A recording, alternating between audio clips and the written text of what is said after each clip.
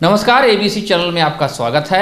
मैं हूं सचिन श्रीवास्तव और आप मेरे साथ देखेंगे आजमगढ़ से जुड़ी खबरें। आइए नजर डाल लेते हैं आज की खास खबरों पर। खबर के प्रायोजक हैं GD global school, Kartarpur bypass, Azamgarh. Registration open, 50% discount on admission. Windows INC roadways Azamgarh. UPVC window और डोर्स के लिए संपर्क करें वेदांता हॉस्पिटल लक्षरामपुर आजमगढ़ और वुडन टच भवनाथ आजमगढ़। 5 फरवरी को प्रदेश सरकार ने निर्णय लिया कि कक्षा 6 से 8 तक के बच्चे 10 फरवरी से स्कूल जाएंगे और 1 मार्च से कक्षा 1 से 5 तक के बच्चों का शिक्षण कार्य शुरू होगा। सरकार के इस निर्णय के बाद से करीब 11 महीने से विद्यालय से दूर बच्चों, उनके अभिभावकों व स्कूल प्रशासन ने राहत की सांस ली। कोरोना काल में एक बार फिर से बच्चे स्कूल जाएंगे। इस दौरान बच्चों, अध्यापकों और स्कूल प्रशासन को कोविड प्रोटोकॉल के नियमों का पालन करना होगा। बच्चे मास्क लगाकर स्कूल जाएंगे, जहां सैनिटाइजेशन के बाद उनकी थर्मल स्कैनिंग होगी। क्लास में भी एक बच्चे से दूसरे बच्चे के बीच 6 फीट की दूरी रहेगी। जिला बेसिक शिक्षा अधिकारी अमरीश कुमार ने बताया कि 10 फरवरी से कक्षा 6 से 8 तक के बच्चों की क्लासेज शुरू होंगी। कक्षा 6 का पठन पाठन सोमवार व गुरुवार को होगा। कक्षा 7 का शिक्षण कार्य मंगलवार और शुक्रवार को होगा। कक्षा 8 की पढ़ाई बुधवार और शनिवार के दिन होगी। इसी तरह से 1 मार्च से जब कक्षा 1 से 5 तक के विद्यालय खुलेंगे तो सोमवार बृहस्पतिवार को कक्षा 1 और 5 की पढ़ाई होगी। मंगलवार शुक्रवार को 2 और 4 की कक्षाएं चलेंगी, जबकि बुधवार और शनिवार को कक्षा 3 की पढ़ाई होगी। बीएससी ने बताया कि बच्चों के स्कूल जाने से पहले अभिभावकों का सहमति पत्र जरूरी है। के लिए 10 तारीख से 6 से 8 तक के स्कूल खोले जाएंगे, जिसमें सोशल डिस्टेंसिंग का पालन किया जाएगा। सैनिटाइजर स्कूलों में रखी जाएगी।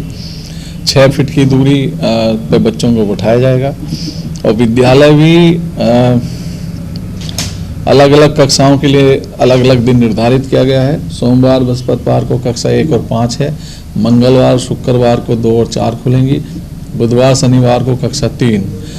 और ये जो 1 से 5 तक के स्कूल हैं वो 1 मार्च से खोले जाएंगे। जूनियर के स्कूल जो 10 फरवरी से खोले जा रहे हैं। सोमवार बृहस्पतिवार को कक्षा 6, मंगलवार शुक्रवार को कक्षा 7 और बुधवार और शनिवार को कक्षा 8 की क्लास खोली जाएंगी।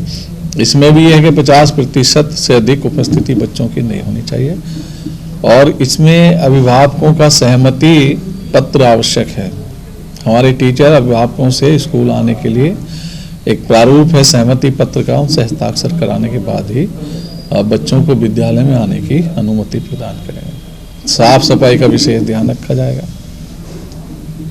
सर, टाइमिंग क्या रहेगी स्कूलों की? टाइमिंग 9 से 3 रहेगी। 9 बजे से 3। सर, स्कूलों में क्या दिशा निर्देश दिए गए टीचरों को? यही सब दिए गए हैं जो हम बता रहे हैं। इसके अलावा जो हमारा शासनादेश है, जो डायरेक्टर साहब के निर्देश प्राप्त हैं, पूरा का पूरा निर्देश जिला अधिकारी महोदय के द्वारा प्रेषित करा दिया गया। तो सभी बच्चों को मास्क लगाना, सभी टीचर को मास्क लगा पढ़ाना है क्या? हाँ, मैंने बताया सोशल जो डिस्टेंसिंग है, मास्क है, सैनिटाइजर है और 6 फीट की दूरी है, वो सब कोविड-19 का पालन कराते हुए ही कक्षाओं का संचालन करना है। अगर उनको पालन नहीं करता उसके खिलाफ क्या आदेश आया हुआ है?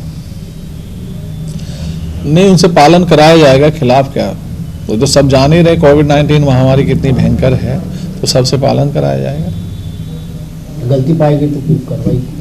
हाँ, कार्रवाई भी यथासंभव की जाएगी।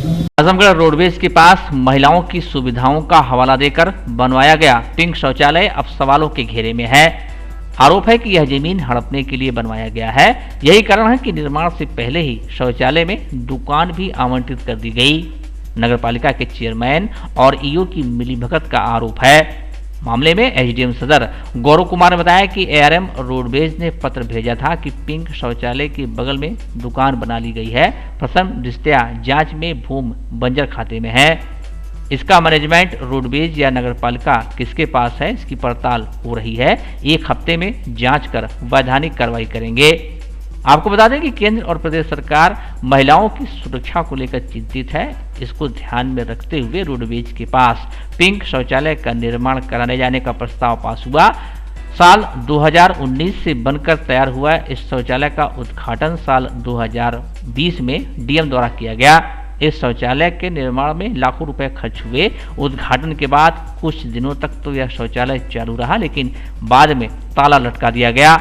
एक सप्ताह बाद रातों रात इसमें दुकान खोल दिया गया। शौचालय बंद कर दुकान खोलने का मामला सुर्खियों में आने के बाद हड़कंप मच गया। शौचालय बना तभी इसमें दुकान भी आवंटित कर दी गई। हालांकि चर्चा यह है कि दुकान किसी को नगर पालिका चेयरमैन के बिना अनुमति के कैसे मिल सकती है। निर्माण से पहले ही जमीन हड़पने के उद्देश्य से यह खेल खेला गया। एक पिंक सेवा शौचालय बनाने के लिए यहाँ जमीन लिए थे और यहाँ पे जो रहने वाले थे उनके लिए चैनल गेट लगा हुआ था। अब चैनल गेट हटा के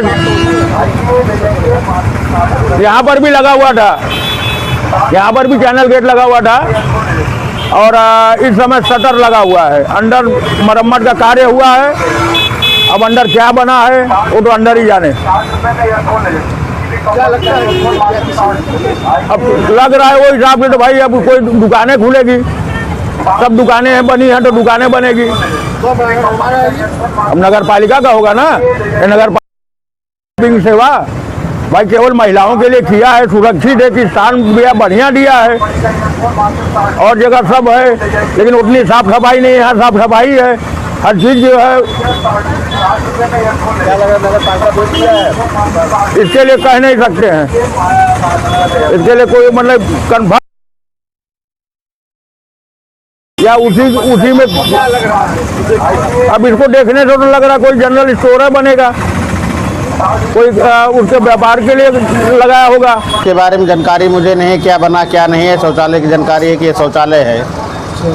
कौन से आप ये राजेंद्र पाल सिंह। क्या करते हैं? अब क्या करते हैं उनके बारे में हमको क्या पता चला कि ठेका लेके वही बनवाए हैं। हाँ, नगर पालिका से। नहीं, आप इसी में कार्यरत है क्या? यही पे काम करते हैं आप? नहीं, यहाँ पे मैं काम नहीं करता। यहाँ पे कोई लेडीज़ काम करती है, बीबी है, वो जब चली जाती है तो मैं आता हूँ, फिर वो जब आएगी तो फिर मैं चला जाऊँगा। लगभग कितने घंटे खोलने रहते हैं? ये खुलने को ही मान के चलिए 5:30 साढ़े 5 बजे खुलता है। कब बंद होता है? 9 साढ़े 9 बजे 10 बजे। क्यों बंद होता है? क्यों बंद हो जाता है? ये महिलाओं के लिए बना हुआ है, तमाम चीज़ें जो महिला आती हैं जी। उसके लिए क्या बताइए? तो 24 घंटे के लिए जानकारी नहीं थी इसके बारे में। देखिए, उसमें ARM रोडवेज से एक पत्र आया है कि जो उनकी ज़मीन है उस पर जो पिंक शौचालय बनाया गया है उसके बगल में एक दुकान का निर्माण करा लिया गया है नगर पालिका द्वारा, जिसे उनके द्वारा कहा गया है कि उनके बिना परमिशन के वो बनाया गया है। तो उसमें हम जांच कर रहे हैं तो कि ज़मीन क्या है, और प्रथम दृष्टया हमें पता चला है कि ज़मीन बंजर खाते में है, लेकिन मैनेजमेंट उसका किसके पास है ये अभी हम दिखवा रहे हैं, तो उसके अनुसार ही उसमें कार्रवाई की जाएगी आगे। तो उसमें कुछ पैसे का भी हुआ है, 4-5 लाख रुपए का? नहीं, ऐसा मेरे संज्ञान में तो अभी नहीं आया है, लेकिन मैंने दोनों ही विभागों से अभी अभिलेख मंगवाए हैं, रोडवेज से भी और नगर पालिका से भी, कि उस ज़मीन के बारे में या जो दुकान निर्माण हुई उनके बारे में उन्हें जो भी अभिलेख देने हैं वो मेरे कार्यालय में दे दें ताकि उसमें हम जांच कर सकें। अब तो सर ये जांच हो जाएगी सर? 1 हफ्ते में हम इसको निष्कर्ष पर आ जाएंगे, और यदि फिर कोई अवैध निर्माण हुआ है तो फिर उसमें वैधानिक कार्रवाई आगे की जाएगी। पिछड़ा कल्याण एवं दिव्यांगजन सशक्तिकरण मंत्री अनिल राजभर ने कहा कि मोदी जी ने जो कृषि कानून बनाया है उसके विरोध में कुछ लोगों ने अपना आपा खो दिया है। मोदी जी का विरोध करते करते कब देश विरोध करने लगते हैं उनको समझ में नहीं आता। एक गैंग है जो हमेशा मोदी जी के खिलाफ साजिश करता रहता है। वहीं उन्होंने कहा कि संसद से पास कानून हुआ है, सरकार लगातार किसानों से बातचीत कर रही है। कृषि मंत्री ने खुद पूछा कि इसमें काला क्या है, उसको भी नहीं बताया। उन्होंने कहा कि चुनी हुई सरकार का विरोध करना राष्ट्रद्रोह की श्रेणी में आता है। मंत्री अनिल राजभर ने सुहेलदेव भारतीय समाज पार्टी के राष्ट्रीय अध्यक्ष पूर्व मंत्री ओम प्रकाश राजभर पर भी निशाना साधा। कहा कि राजा सुहेलदेव ने सैयद सलार मसूद से जंग लड़ी थी। सैयद सलार मसूद बहुत बड़ा क्रूर लुटेरा था। अब ओम प्रकाश राजभर सैयद सलार के वंशजों से जुड़े लोगों संग गठबंधन कर रहे हैं। राजभर समाज उनको कभी माफ नहीं करेगा। वहीं कहा कि बीजेपी राजा सुहेलदेव के सम्मान में हमेशा आगे रही है। बहराइच में 16 फरवरी को बसंत पंचमी के अवसर पर महाराजा सुहेलदेव के नाम से भव्य स्मारक संग्रहालय व उनसे जुड़ी विकास योजनाओं का पीएम वर्चुअल शिलान्यास करेंगे। बहराइच में खुद सीएम योगी आदित्यनाथ मौजूद रहेंगे। कार्यक्रम में हर स्थान से लोग शामिल रहेंगे। इसी के तैयारी के सिलसिले में आजमगढ़ पहुंचे हैं। उन्होंने कहा कि आगामी पंचायत चुनाव में बीजेपी प्रधान से लेकर ब्लॉक सदस्य, प्रमुख व जिला पंचायत सदस्य व अध्यक्ष पद पर प्रत्याशी उतारेगी, जिसका उद्देश्य स्वच्छ जनप्रतिनिधि देना है। 99% से ज्यादा किसान मोदी जी ने जो कानून लाया है, जो बिल लाया है, उसके समर्थन में खड़े हैं। ये काहे को जिद है, किस बात की जिद है? असल में सच्चाई ये है कि मोदी जी के विरोध में कुछ लोगों ने आपा खो दिया है और उन लोगों को यह अंदाजा नहीं लगता कि मोदी जी का विरोध करते करते कब वो देश का विरोध लगते हैं करने। उनको समझ में नहीं आता। तो आज देश के अंदर एक गैंग बनी है। मोदी जी और उनकी सरकार के खिलाफ सिर्फ साजिश करना उनका उद्देश्य है। भारत के खिलाफ साजिश करना उनका उद्देश्य है। अब तो इंटरनेशनल स्तर पर एक यहाँ के लोगों ने मिलकर एक गोल बना लिया। रेहाना ट्वीट कर रही हैं, जिनको न किसानी पता, न खेत पता, न जमीन पता, और उनके ट्वीट के पीछे कांग्रेसी ऐसे जैसे लग रहा है 100 मीटर की स्प्रिंट कर रहा है, 100 मीटर की दौड़ लगा रहा है। मंत्री जी, आप ये कहना चाह रहे हैं कि मोदी जी का विरोध राष्ट्र विरोध है, ये मतलब आपका कहना है? बिल्कुल, चुनी हुई सरकार का विरोध, देश की संसद में बनाए गए कानून का विरोध, लाल किले से तिरंगा उठाकर फेंक देना, तिरंगा का अपमान करना, निश्चित तौर पर यह राष्ट्रद्रोह है। तो जिस तरह से कल मोदी जी ने आंदोलन जीवी कहा, जो आंदोलन करने वाले हैं, कहीं कहीं आंदोलनकारियों का मजाक नहीं उड़ाया जा रहा? नहीं, बिल्कुल मजाक उड़ना चाहिए। संविधान ने अधिकार दिया है प्रतिकार करने का। सत्याग्रह आप करिए, सम्मानजनक से करिए। आज सड़क को जबरदस्ती कब्जा कर लेना और उस इलाके में रहने वाले लोगों को के सामने समस्या खड़ा कर देना, कभी सरकार ने नहीं कहा कि आप आंदोलन मत करिए। सरकार ने कभी बातचीत का दरवाजा नहीं बंद नहीं किया।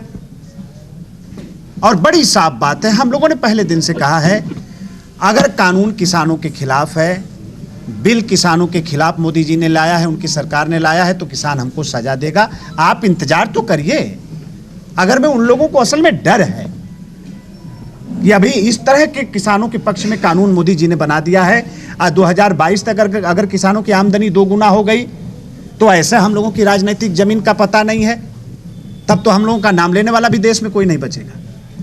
ये फ्रस्ट्रेशन है और ये आंदोलन पूरी तरीके से राजनीतिक है और राजनीति से प्रेरित और प्रयोजित है ये आंदोलन। मंत्री जी, एक निरीक्षण करने के लिए सपा हमेशा दावा करती है कि उनका प्रोजेक्ट था और इसको मुख्यमंत्री जी अपने नाम से चालू करा दिए और लंबाई कम हो गई और चौड़ाई भी कम कर दी गई इसकी।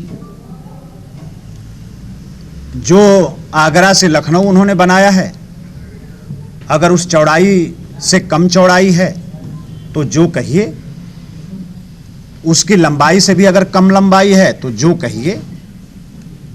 अभी तो हम गंगा एक्सप्रेसवे भी हम लेकर आने जा रहे हैं। हरिद्वार से और काशी तक उसको लाने की बात हम लोगों ने कर दिया। इस देश का सबसे स्तरीय वो हाईवे एक्सप्रेसवे हम बनाने जा रहे हैं, हम तो वो भी करने जा रहे हैं। उसका भी शिलान्यास होने जा रहा है प्रधानमंत्री जी के हाथों से बहुत जल्दी। जनता की सेवा में पूर्वांचल एक्सप्रेसवे अप्रैल में समर्पित हो जाएगा। जनता फैसला करेगी कैसी सड़क बनी है, कैसा एक्सप्रेसवे बना है। हमेशा विपक्ष आप पर आरोप क्यों लगाता है भारतीय जनता पार्टी पर कि ये पिछड़ा वर्ग की विरोधी है, हमेशा से राजभर और पिछड़ा समाज की विरोधी है भारतीय जनता पार्टी? देखिए, ये तो 2014 ने साबित कर दिया, 2017 ने साबित कर दिया, 2019 ने साबित कर दिया और 2019 के बाद ये 1-2 बाई इलेक्शन हुए हैं, उसने भी साबित कर दिया कि मोस्ट बैकवर्ड किसके साथ है, अति पिछड़ा किसके साथ है, पिछड़ा किसके साथ है। वो साबित हो गया है। वो उन लोगों का फ्रस्ट्रेशन है। असल में देखिए, विपक्ष जो बोल रहा है वो विरोध के लिए विरोध करने का फैशन आ गया है विपक्ष के अंदर। वो विरोध के लिए विरोध, इसीलिए बिना तथ्य बिना प्रमाण की कोई बात करते हैं लोग और लास्ट में अपना मजाक जब बनता है तो आरोप सरकार पर लगाने लगते हैं। मजबूती के साथ पंचायत का चुनाव लड़ने का फैसला पार्टी ने किया है। इसलिए कि पंचायतों को पूज्य मोदी जी के जमाने में इतना मजबूत किया जा रहा है। अभी आपने देखा होगा ग्राम पंचायतों को जितना पैसा मोदी जी ने दिया है, मैं दावे के साथ कह सकता हूं कि 75% हमारे प्रधानगण लाख प्रयास के बाद भी जितना पैसा भेजा गया वो खर्चा भी नहीं हो पाया, कुछ न कुछ हर जगह बचा हुआ है। तो अच्छे लोगों को पंचायतों में बिठाने का संकल्प और प्रयास भारतीय जनता पार्टी का होगा। हम जिला पंचायत के भी चुनाव मजबूती से लड़ेंगे, विकास खंड के भी चुनाव मजबूती से लड़ेंगे, हम प्रमुख भी बनाएंगे भाजपा के, हम जिला पंचायत अध्यक्ष भी बनाएंगे और प्रयास पार्टी करेगी और पूरी तरीके से कि अच्छे लोग ग्राम पंचायतों में भी चुन कर आवें। इसलिए प्रधान साथियों के चुनाव को भी बहुत गंभीरता से हम लोग देख रहे हैं, अच्छे लोगों को उतारने का प्रयास हम लोग करेंगे। क्षेत्र पंचायत में भी अच्छे पढ़े लिखे नौजवान आगे निकल कर आवें, राजनीति में भागीदार बने ताकि राजनीति अच्छी आगे बढ़ सके, समाज की सेवा हो सके। 16 फरवरी को बसंत पंचमी है और राष्ट्रवीर महाराजा सुहेलदेव जी का जन्म दिवस है। उत्तर प्रदेश की सरकार, योगी जी की सरकार ने पूज्य प्रधानमंत्री नरेंद्र भाई मोदी जी के मार्गदर्शन में ये फैसला किया है बहराइच के अंदर महाराजा सुहेलदेव का एक भव्य स्मारक बनेगा। महाराजा सुहेलदेव के स्मारक का और उनके संग्रहालय का, साथ ही उनसे जुड़ी तमाम विकास की योजनाओं का शिलान्यास प्रधानमंत्री जी 16 तारीख को वर्चुअल करेंगे। पूज्य प्रधानमंत्री जी दिल्ली से जुड़ेंगे और बहराइच में उत्तर प्रदेश के यशस्वी मुख्यमंत्री योगी आदित्यनाथ जी उपस्थित रहेंगे, हम सब लोग रहेंगे। जब जब भारतीय जनता पार्टी की सरकार बनी है तब तब राष्ट्रवीर महाराजा सुहेलदेव का सम्मान बढ़ा है। वो चाहे उत्तर प्रदेश की राजधानी लखनऊ में महाराजा सुहेलदेव जी की मूर्ति लगाने का सवाल हो, चाहे बनारस से गाजीपुर से दिल्ली तक महाराजा सुहेलदेव सुपरफास्ट ट्रेन चलाने का सवाल रहा हो। अभी 2019 में आप लोगों ने देखा होगा गाजीपुर जो क्रांतिकारियों की माटी है, वहां पर राजभर समाज के बीच में आकर प्रधानमंत्री जी ने अपने हाथ से महाराजा सुहेलदेव के नाम पर डाक टिकट जारी किया था। उसी क्रम में बहराइच में चित्तौरा का वो मैदान जहां महाराजा सुहेलदेव और सैयद सलार के बीच में लड़ाई हुई थी, उस स्थान को भी पर्यटन के रूप में विकसित करने का संकल्प भी हमारे मुख्यमंत्री जी ने लिया है। उसी क्रम में आज आजमगढ़ आना हुआ है। हर जिले से महाराजा सुहेलदेव के प्रति श्रद्धा रखने वाले लोग बड़ी संख्या में बहराइच के कार्यक्रम में शामिल होंगे। परसों काशी आगमन मुख्यमंत्री जी का हुआ था। उत्तर प्रदेश की सरकार ने एक और फैसला किया है। 16 तारीख को महाराजा सुहेलदेव के जन्म दिवस के अवसर पर जहां कहीं भी प्रदेश में महाराजा सुहेलदेव की प्रतिमा स्थापित हुई होगी, रही होगी या है, उन सब जगहों पर उत्तर प्रदेश की पुलिस अपना बैंड बजाकर महाराजा सुहेलदेव को श्रद्धांजलि अर्पित करेगी। ये सूचना आप सभी सम्मानित मीडिया के साथियों को भी और आपके सभी सम्मानित दर्शकों तक हम पहुंचा रहे हैं। ओम प्रकाश राजभर कहते हैं कि भारतीय जनता पार्टी से वोट की राजनीति करती है, उनको राजभर समाज से कोई इरादा नहीं। देखिए, ऐसे लोगों का चेहरा बेनकाब हो गया है। महाराजा सुहेलदेव का नाम लेकर उनके नाम से पार्टी बनाने वाले 18 बरस तक राजभर समाज को धोखा देने वाले आज महाराजा सुहेलदेव के सम्मान से समझौता कर रहे हैं।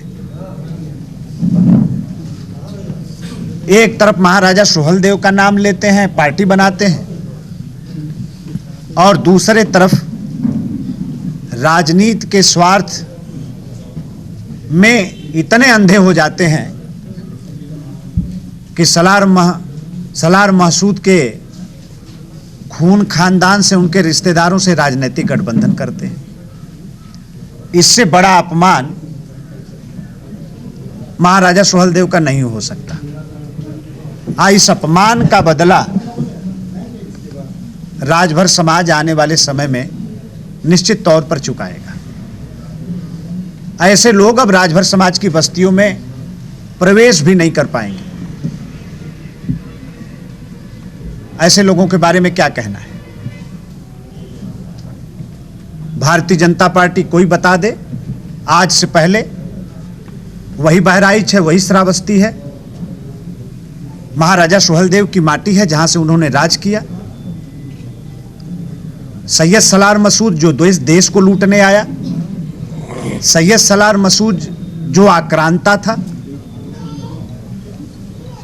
सर पर चोटी देखते ही गर्दन काटने का काम किया करता था, ऐसे देश के आक्रांता को सम्मान बहराइच की धरती पर मिलता रहा पिछले 75-70 वर्षों तक। पिछली सरकारों में सलार मसूद की मजार को तो सजाने का काम किया सपा ने, बसपा ने, कांग्रेस ने, सारे लोगों ने, लेकिन वहीं पर हिंदू धर्म के रक्षक राष्ट्रवीर महाराजा सुहेलदेव, जो 1000 बरस पहले इस माटी के लिए जिन्होंने लड़ाई लड़ा और इतनी बड़ी लड़ाई लड़ने का उन्होंने काम किया कि उस लड़ाई के बाद महाराजा सुहेलदेव का डर कैसा था कि 165 बरस तक देश के ऊपर किसी भी प्रकार के हमले का कोई इतिहास नहीं मिलता। ऐसे प्रतापी महाराजा देश पर, ऐसे मां भारती के लाल का सम्मान किसी सरकार ने किया हो तो बता दीजिए। MR जयपुरिया स्कूल आजमगढ़ के तत्वाधान में 9 से 11 फरवरी तक आयोजित जिला बैडमिंटन चैंपियनशिप का मुख्य अतिथि जिलाधिकारी राजेश कुमार द्वारा उद्घाटन दीप प्रज्वलन के साथ शटल उछालकर किया गया। इस अवसर पर विद्यालय के छात्र छात्राओं ने सरस्वती वंदना एवं स्वागत गीत प्रस्तुत किया। इस अवसर पर जिलाधिकारी ने खिलाड़ियों को संबोधित करते हुए कहा कि जनपद में विभिन्न क्षेत्रों के साथ साथ खेलों में भी अपार संभावनाएं हैं। जयपुरिया स्कूल द्वारा 9 से 17 वर्ष तक के बालक एवं बालिकाओं की यह चैंपियनशिप निश्चित रूप से जनपद के नए शटलरों की विश्व पटल पर स्थापित होने का मार्ग प्रशस्त करेंगे। जिलाधिकारी ने Vedanta group of hospital and school के संस्थापक न्यूरोसर्जन डॉक्टर सीसी जायसवाल के साथ बैडमिंटन कोर्ट के निर्माण के संबंध में चर्चा करते हुए कहा कि जनपद के सभी प्रमुख घरानों के साथ बातचीत कर कम से कम 8 कोर्ट का बैडमिंटन हॉल निर्मित कराने का प्रयास किया जाएगा। जिलाधिकारी ने जयपुरिया ग्रुप को जिला बैडमिंटन के साथ साथ मिलकर इस अच्छे आयोजन के लिए प्रसन्नता व्यक्त करते हुए बधाई दी गई। विद्यालय के प्रबंध निदेशक आलोक जायसवाल ने सभी के प्रति आभार व्यक्त किया। कार्यक्रम का संचालन अतिया फातिमा ने किया तथा कार्यक्रम का निर्देशन प्रधानाचार्य विनीता सिंह ने किया। आजमगढ़ के सगड़ी तहसील के सराय सागर मालटारी निवासी बरखूराम पुत्र सोमार राम उम्र 50 वर्ष की हाईटेंशन तार की चपेट में आने से मौत हो गई। जैनपुर पुलिस ने शव को पोस्टमार्टम के लिए जिला अस्पताल भेज दिया है। सराय सागर मालटारी निवासी मजदूर बरखूराम मजदूरी का काम करता था। जैनपुर कोतवाली क्षेत्र के बट सरा निवासी पुरंदर मौर्य पुत्र मुसई मौर्य के यहाँ पिछले कई दिनों से मजदूरी कर रहा था। पुरंदर मौर्य को प्रधानमंत्री आवास का धन आवंटित हुआ था। उसी धन से वह अपना मकान बनवा रहा था। दिन में लगभग 1 बजे मजदूरी कर रहा बरखुराम लोहे की छड़ सीधी कर रहा था। इसी बीच बगल से गुजर रहे हाईटेंशन तार से छड़ छू गया, जिससे पूरी सरिया में करंट उतर गया और मौके पर ही उसकी मौत हो गई। मृतक 4 भाइयों में सबसे बड़ा था। उसके पास 8 लड़कियां हैं। पत्नी की मौत 5 माह पूर्व ही बीमारी के चलते हो गई थी। गरीब परिवार की मुखिया की आकस्मिक मौत से पूरे परिवार के सामने रोजी रोटी का संकट खड़ा हो गया है। मृतक की लड़कियों का रो रो कर बुरा हाल है। ग्रामीणों ने बताया कि वर्षों से 11,000 वोल्टेज का विद्युत तार जमीन के करीब लटका हुआ था। इसकी शिकायत कई बार विद्युत विभाग से की गई, लेकिन कोई सुनवाई नहीं हुई। बिजली विभाग की लापरवाही से एक मजदूर की मौत हो गई और मकान बनवा रहे थे। वो मजदूर जो है वहाँ सरिया भी जैसे भी थी वो सरिया को उठाया और जो ऊपर चला गया सर जी। और इस कंप्लेन को बहुत पहले कर चुके हैं, कई प्रधानों से कह लिए, ठीक है, बिजली विभाग से कह लिए। बिजली विभाग कभी कहता है 10,000 दे दो, 15,000 दे दो, 20,000 दे दो, तब हम कर देंगे, इसको हटा देंगे। उसके बाद हम जब हार मान लिए तब ये कहे कि एक पोल ही जो है यहाँ लगवा दीजिए, तो भी कहे 1,500 रुपया पोल का दे दीजिए, ठीक है। ये ना हटने की वजह से आज जो है ये दिक्कत हुई है। इसके वजह से तार के वजह से हम हटा के इधर आवास बना रहे हैं जी। जी मेरा नाम सुनीता मौर्य है। ये कैसे घटना मैं इनकी पड़ोसी हूँ। इनको आवास मिला हुआ है यहाँ पे, और ये जो 11,000 वोल्ट की लाइट यहाँ से इनके घर से क्रॉस कर रही है, इसको इन्होंने हटाने की कोशिश की, सबसे कंप्लेन भी किया, लेकिन किसी ने सुनी नहीं। बहुत कोशिश किया, लोग पैसे मांगते हैं, मजदूर आदमी गरीब आदमी है, कहाँ से पैसे लाएंगे, जिसकी वजह से ये लोग हटाए नहीं। और हटाने का नतीजा आज ये हुआ कि यहाँ मजदूर काम कर रहे थे, नीचे सरिया पड़ी हुई थी, अनजाने में उन्होंने उठा दिया, वो टच कर गया और लाइट लगने की वजह से उनकी मौत हो गई। पुरानी रंजिश को लेकर 7 फरवरी के दिन कप्तानगंज थाना क्षेत्र के चौथा बाजार में दबंग ने अनुसूचित जाति के व्यक्ति को जान से मारने की नीयत से कट्टा लेकर दौड़ा लिया। किसी तरह से भागकर पीड़ित ने अपनी जान बचाई। पीड़ित सनी देवल पुत्र श्यामफेर निवासी गढ़चौबे थाना कप्तानगंज ने इसकी सूचना थाने पर दी, लेकिन कोई सुनवाई नहीं हुई। इसके बाद मंगलवार के दिन पीड़ित जिला मुख्यालय पहुंचा और एसपी को प्रार्थना पत्र देकर न्याय की गुहार लगाई। हम आ रहे थे चौथा से, हमें आकाश सिंह, विकास सिंह वो कट्टे लेकर दौड़ा लिए, सब बाजार से आ रहे थे। हम भागते भागते घर आए, सबको बताए, तो हम फिर एप्लीकेशन भी दिए थाने पर, कोई सुनवाई नहीं हो रही है। हम लोग मनबर टाइप नहीं, हम लोग मनबर टाइप से हैं, वो दबंग अपने आप मनाते हैं सब। थाने पर दिए एप्लीकेशन, वो सब कुछ कह नहीं रहे थे। नहीं, हम चाहते हैं कि कुछ कार्रवाई हो उसके ऊपर। गांव वाले बार बार परेशान करते हैं, गांव में आते हैं कट्टे लेकर घूमते हैं सब, पूरा गांव साथ है हम लोग।